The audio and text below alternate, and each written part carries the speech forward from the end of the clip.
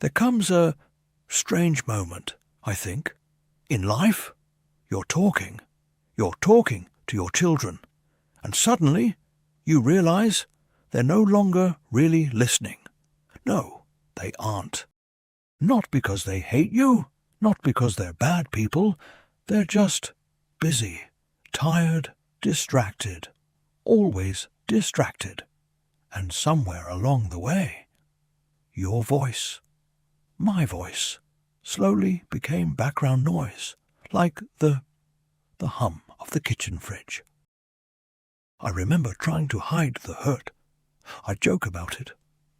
"Oh, don't mind me. I'm just an old man now. Do whatever you want." Sounds harmless, right? Maybe even wise. But every time I said it, I felt myself disappear a little more inside my own home. Funny thing about words. If you repeat certain sentences long enough, people start believing them, including you. And that's dangerous, because humility is beautiful, but self-erasure, that is not. So today, I want to share 13 calm responses. Not to control your children, not to win arguments. At our age, honestly, who has the energy for that anymore? Who has the energy? This is about something deeper. Keeping your dignity, keeping your center, keeping that quiet strength that age is supposed to give us, not take away. When your advice starts sounding like nagging, don't say, "I'm only saying this for your own good." You'll regret it later. The moment you say that, most people stop listening. Emotionally, they just check out. Instead, try this. This is just my perspective from experience. Take what's useful. The final decision is yours. That last sentence matters. I learned this the hard way. I used to push my advice like I was forcing a heavy door open. The harder I pushed, the tighter they locked it. Now I just offer it, like a key left on the table. They can pick it up or walk right past it. That freedom, it's not just for them, it's for me. It stops me from obsessing over whether they listened. Sometimes, the less tightly you hold your advice, the more seriously people take it. Funny how that works. Funny, isn't it? When they're too busy to spend time with you, don't say, "You're always busy. You don't even call me anymore." Even if it's true. Even if it's very true. Because guilt creates distance, not closeness. Instead say, "I understand life is busy. Take care of yourself first. I'm doing all right here." Simple, calm, no emotional chasing. And strangely enough, people often come back faster when they don't feel emotionally cornered. There was a time, I remember, I'd sit at the dinner table waiting for a question that never came. I felt like a ghost in my own house. Then I stopped waiting. I started noticing the light hitting the wall, the sound of the rain, the taste of the coffee.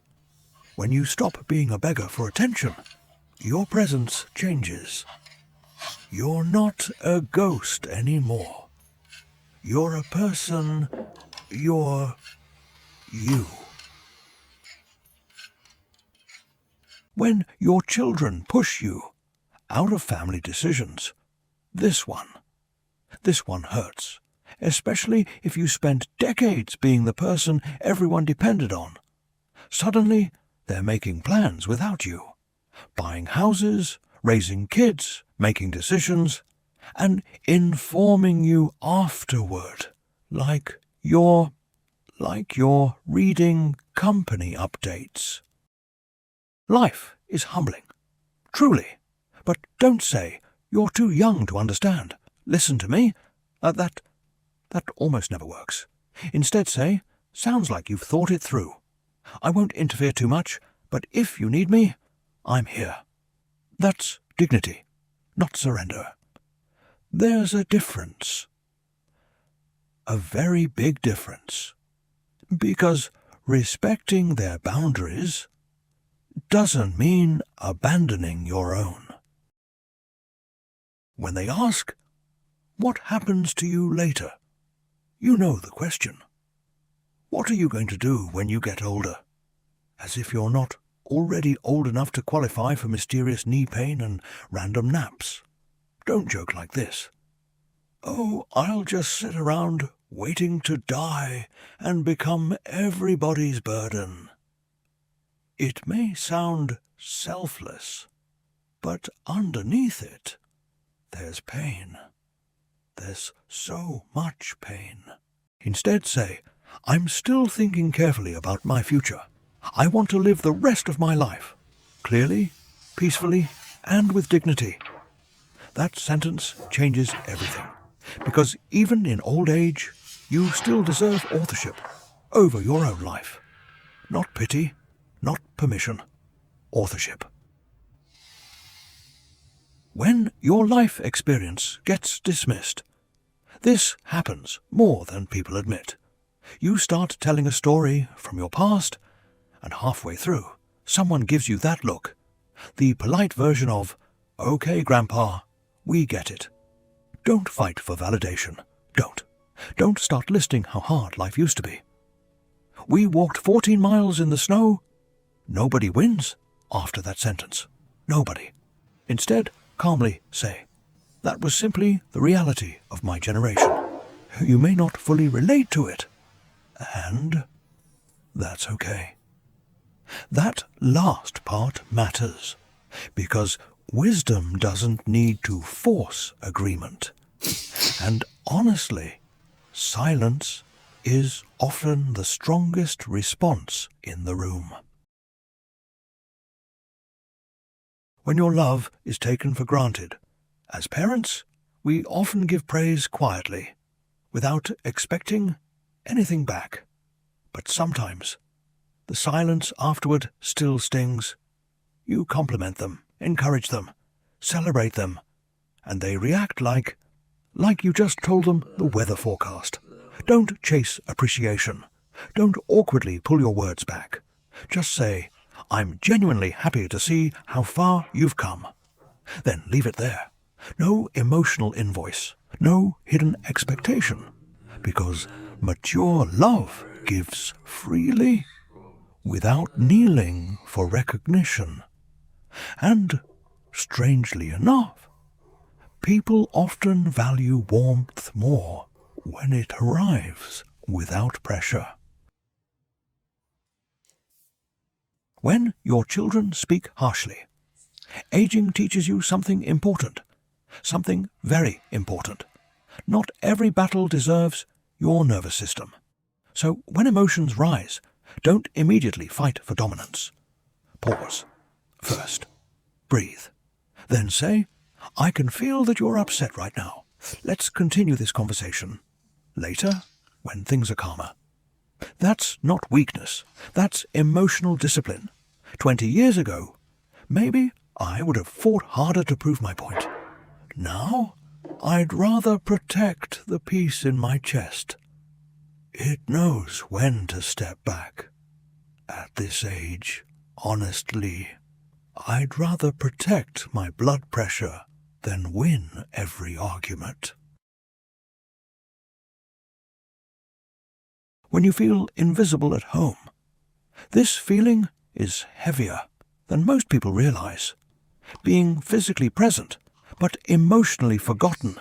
So don't beg for attention. Don't repeatedly ask, "Does anybody care what I think?"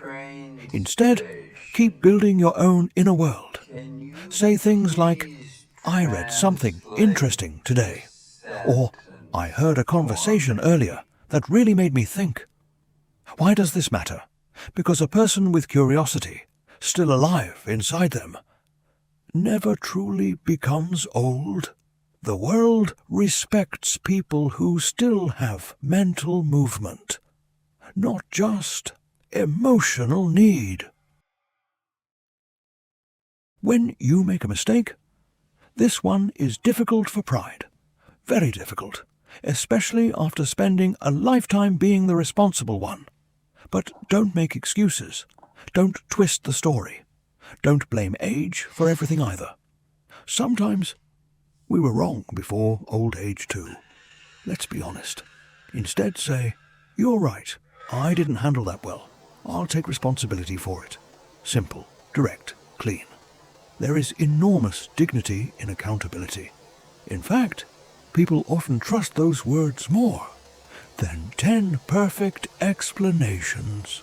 When they think you're too old to learn something new technology, passwords, apps, updating themselves for no reason.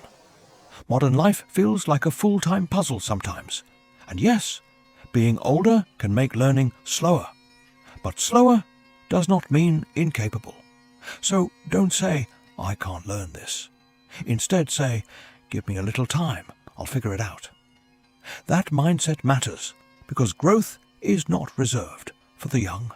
As long as you are still learning, you are still participating in life. And that alone keeps the spirit young.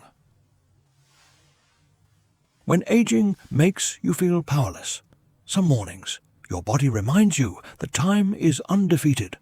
The knees ache, energy changes, even getting out of bed becomes a negotiation. But never reduce your entire existence to physical decline. Don't say, "I'm useless now." Instead say, "My body has slowed down, but my inner world is still steady." That's wisdom, because aging is not only about losing strength. It's about discovering what remains after strength changes form. How to end a difficult conversation. Most people don't know how to end conversations well, especially family conversations. They drag the pain around for hours, sometimes days. But emotional maturity often reveals itself at the ending. So instead of slamming doors emotionally, say this: "Thank you for being honest. Maybe we can continue this another time." Calm endings are powerful because whoever controls the ending usually controls the emotional direction too. And not every disagreement deserves a dramatic finale. We're not in a television series. We're not. When someone comes to you with pain, this may be the most important one of all. When people suffer, our instinct is to fix everything immediately, give advice, offer solutions, control the situation. But many times, people are not looking for answers. They're looking for presence. So instead of rushing to solve the problem, say, "That sounds really difficult. I'm here with you. Take your time." That kind of calm attention is rare now, and rare things become valuable. Never underestimate the healing power of simply making someone feel less alone. In the end, the way you speak becomes the way you live. Words are not just sounds. They reveal your self-respect, your emotional discipline, your inner balance. People often decide your value based on the value you quietly assign yourself. If you constantly shrink yourself, the world eventually accepts the smaller version. So slow down when you speak. Remove the bitterness. Remove the self-insults disguised as humor. Stop rehearsing your own disappearance. And little by little, your calmness becomes your presence. Your presence becomes your dignity. And your dignity becomes something people can feel without you needing to demand it. Yes, we all grow older.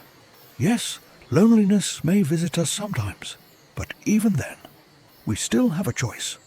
Not over everything that happens to us, but always over how we respond. And Those responses quietly shape the final chapter of our lives. Choose them carefully.